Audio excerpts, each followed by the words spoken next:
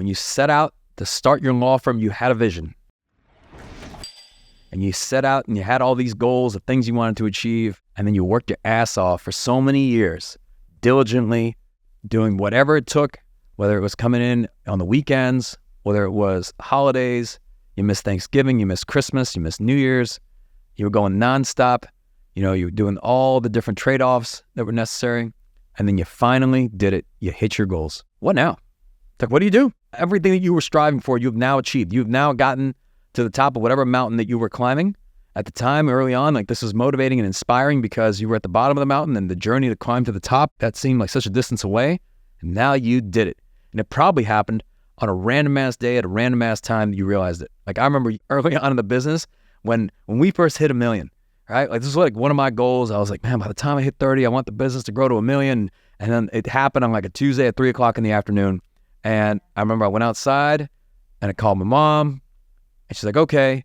And then went back inside and we got back to work. What next? Because I think the normal human tendency is that once you've achieved whatever goal you set out to achieve, it's to dial back, right? That this is how complacency happens. And this is how, you start to get a little bit comfortable. And if you're asking this question, you want to avoid complacency because you know the complacency trap.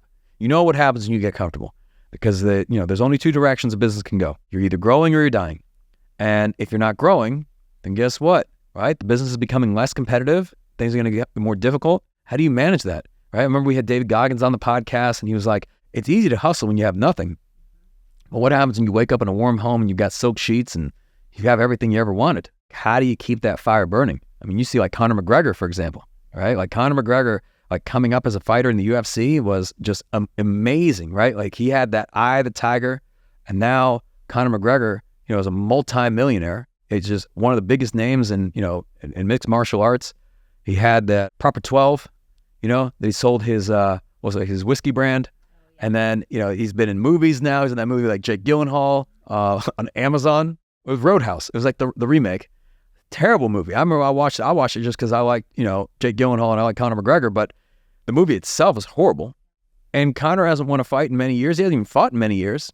And people say the same thing about Conor McGregor. It's like, he made a ton of money and now he's on his yacht and he's relaxing and enjoying his life. What prevents you from getting complacent? Like, who can blame him? I mean, he grew up with nothing. He was a plumber, right? Like, he was doing like blue collar work, and he grew up in Ireland, and he's come a long way since then. And it's just demonstrated what is possible and like the success that he's achieved. So how do you avoid this? Because this is a very dangerous trap to fall into. And the thing that I can tell you, the foolproof way of avoiding falling into this complacency trap is that once you've achieved these big goals you set out to achieve, you set bigger goals. You got to have a bigger vision now, right? Well, because what you've done is great, but that's all in the past now. And you're going to be motivated and excited if your future is always greater than your past.